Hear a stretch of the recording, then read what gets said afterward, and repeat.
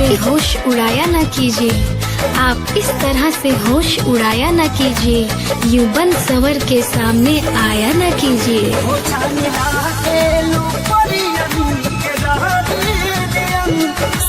बचपन के कवनो कहानी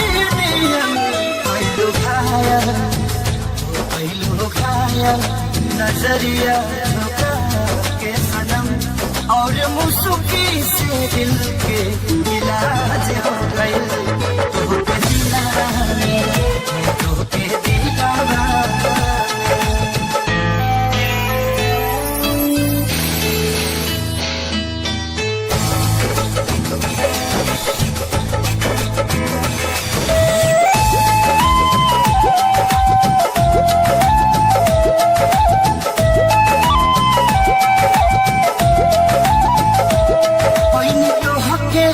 खुद के भुला गई हो प्यार में तनाया के तेरा गई हो। जब से उनके तेरी नजर दिल के पार हुए, जब से उनके तेरे नजर दिल के पार हुए, मजा ऐसा आया कि हम शिकार बार बार हुए।